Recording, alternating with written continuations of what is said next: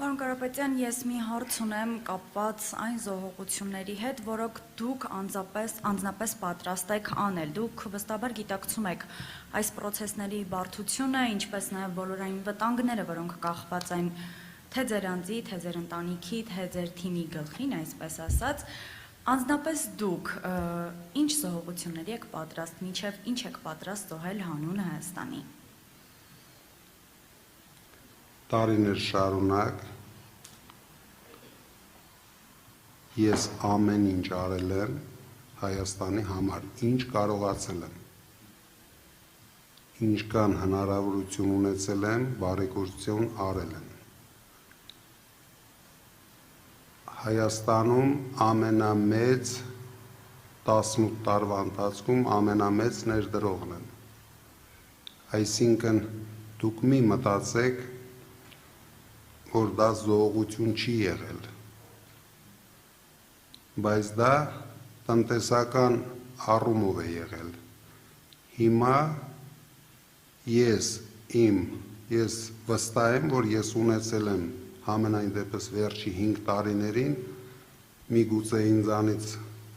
100-ավոր անգամ շատ գումար ունեցողներ են եղել, բայց ամենահաճելի, ամենալավ կյանքը։ Ես դա փոխարինում եմ մեր երկրի, մեր պետության զարգացման հետ։ Ես շատ լավ հասկանում եմ, որ սա շատ ծանր աշխատանք է, շատ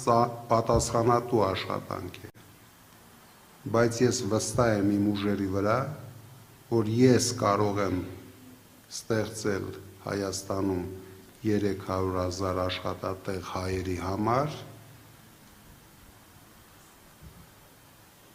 ես կարող եմ կանգնեցնել 300,000 ադրբեջանցիների մեքենաներով մուտքը Հայաստան, դրա համար ես դա չեմ համարում զոհողություն իմ կողմից, ես դա համարում եմ իմ հայրենասիրական պարտքը մեր երկրի եւ մեր ժողովրդի։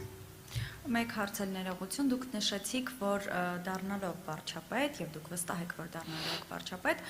հրաժարվում եք ի սկզբանե աշխատավարձից եւ մեկ դրամ կհատկացնեք վարչապետին, քանի որ Նիկոլ Փաշինյանը դժվար թե այդ տեղում կարողանա աշխատել։ Նաեւ գործընկերոջս հարցինի պատասխան նշեցիք, որ դեռ չգիտեք ինքը գործակալի տիրույթում է, ինչ տիրույթում է, բայց գիտեք, որ վախենում է Ալիևից։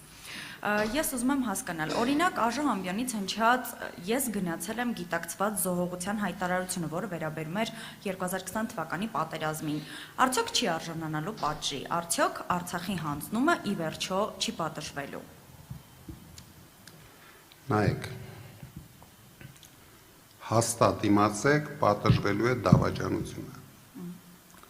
Բայց ես չեմ կարող այսօր հայտարարել, որ Փաշինյանը դավաճան է, գործակալ է, դրա դիմաց անպատասխանատու հայտարարություններ անել եւ մի քանի ամիս հետո ձեր դեմքին նայել, որ գիտեք, ստուգեցինք այդպիսի բան չկա, դրա համար մենք բոլոր մեր գիտնականներին օգտագործելու ենք, բոլոր կարող ուժերին օգտագործելու ենք, միգուցե նույնիսկ ստեղծենք ոչ թե հատուկ կառույցներ, այլ հատուկ ինստիտուտներ, ովքեր մանրակրկիտ կուսումնասիրեն վերջի 8 տարիների բոլոր քայլերը։ Դրանից հետո օրենքի սահմաններում պատժվողը պատժվելու է, ով արժանի է պատժվելու է, ով արժանի չէ,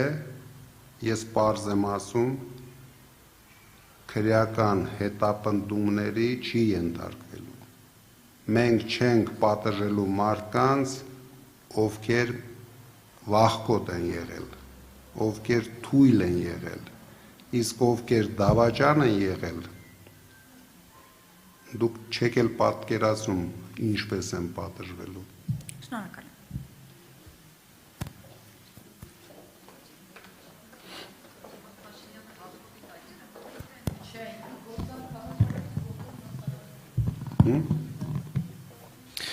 Շնորհակալություն Նարեկ Կիրակոսյան Factor TV։